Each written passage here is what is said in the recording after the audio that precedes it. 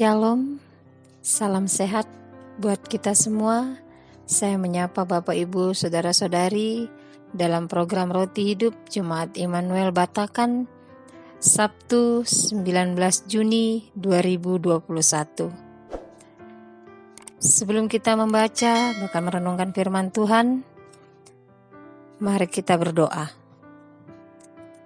Tuhan Allah Bapa kami yang ada di dalam surga, Tuhan yang penuh kasih, kami mengucap syukur atas segala bentuk penyertaan baik-Mu pada kami semua, sehingga pada kesempatan ini kami bisa bersama-sama membaca, bahkan mendengarkan firman-Mu. Bimbinglah kami untuk menjadi pendengar yang baik. Dalam nama Tuhan Yesus, kami sudah berdoa. Haleluya, amin. Bacaan kita pada saat ini terambil dari kitab Kisah Para Rasul pasal 21 ayatnya yang ke-27 sampai ayatnya yang ke-36. Firman Tuhan berbunyi, Paulus ditangkap. Ketika masa 7 hari itu sudah hampir berakhir, orang-orang Yahudi yang datang dari Asia melihat Paulus di dalam bait Allah. Lalu mereka menghasut rakyat dan menangkap dia. Sambil berteriak, "Hai orang-orang Israel, tolong! Inilah orang yang di mana-mana mengajar semua orang untuk menentang bangsa kita dan menentang hukum Taurat dan tempat ini. Dan sekarang ia membawa orang-orang Yunani pula ke dalam bait Allah dan menajiskan tempat suci ini. Sebab mereka telah melihat Trofimus dari Efesus sebelumnya bersama-sama dengan Paulus di kota, dan mereka menyangka bahwa Paulus telah membawa dia ke dalam bait Allah. Maka gemparlah seluruh kota dan rakyat datang berkerumun, lalu menangkap Paulus dan menyeretnya keluar dari bait Allah, dan seketika itu juga semua pintu gerbang bait Allah itu ditutup. Sementara mereka merencanakan untuk membunuh dia, sampailah kabar kepada kepala pasukan bahwa seluruh Yerusalem gempar. Kepala pasukan itu segera bergerak dengan prajurit-prajurit dan perwira-perwira dan maju mendapatkan orang banyak itu. Ketika mereka melihat dia dan prajurit-prajurit itu, berhentilah mereka memukul Paulus. Kepala pasukan itu mendekati Paulus, menangkapnya dan menyuruh mengikat dia dengan 2 rantai. Lalu bertanya, siapakah dia dan apakah yang telah diperbuatnya? Tetapi dari antara orang banyak itu ada yang meneriakkan kepadanya ini, ada pula yang meneriakkan itu, dan oleh karena keributan itu ia tidak dapat mengetahui apakah yang sebenarnya terjadi. Sebab itu ia menyuruh membawa Paulus ke markas.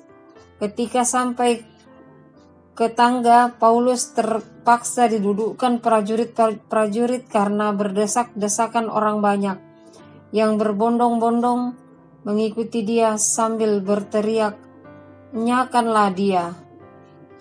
Amin. Firman Tuhan. Tema kita pada saat ini yaitu provokator. Bapak, Ibu, Saudara-saudari yang dikasihi dalam Tuhan, provokator adalah istilah yang digunakan untuk orang-orang yang membangkitkan kemarahan massa, yang bertindak menghasut dan memancing emosi orang lain. Mereka suka mengadu domba, memfitnah untuk kepentingan pribadinya. Provokator tidak hanya ditemukan pada zaman ini, tetapi jauh sebelumnya sudah ada, termasuk tercatat dalam Alkitab. Bapak, Ibu, Saudara-saudari yang dikasihi dalam Tuhan, bacaan kita pada saat ini memperlihatkan bagaimana cara kerja provokator yang dalam hal ini dilakoni orang Yahudi. Mereka menghasut orang untuk membenci Paulus dengan melemparkan isu yang memprovokatif dan rumah Tuhan. Dan Paulus membawa bukan orang Israel ke dalam rumah Tuhan. Rupanya tindakan provokator berhasil menyulut emosi massa. Akibatnya kota kacau balau. Paulus ditangkap dan diseret untuk diperhadapkan kepada pengadilan. Massa menyerukan untuk membunuh Paulus. Tindakan provokator mengancam kehidupan Paulus, tetapi Paulus tetap tenang. Bahkan dalam perikop selanjutnya, Paulus justru memohon izin untuk berbicara, menyatakan kesaksiannya. Paulus tetap tenang karena ia meyakini kuasa Tuhan melampaui kehebatan para provokator.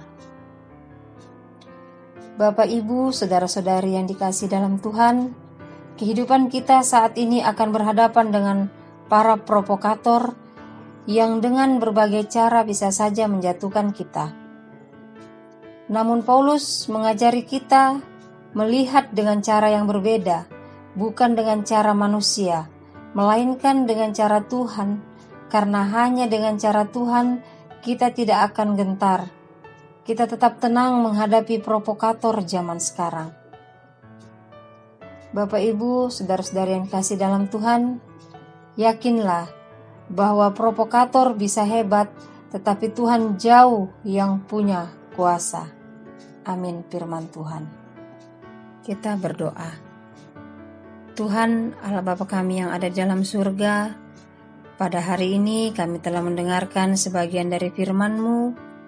Biarlah apa yang telah diperdengarkan dapat menjadi petunjuk bagi kehidupan kami masing-masing. Berkati kami selalu supaya tetap dapat berkesempatan mendengarkan firman-Mu. Di dalam nama anak-Mu Yesus Kristus, haleluya, amin.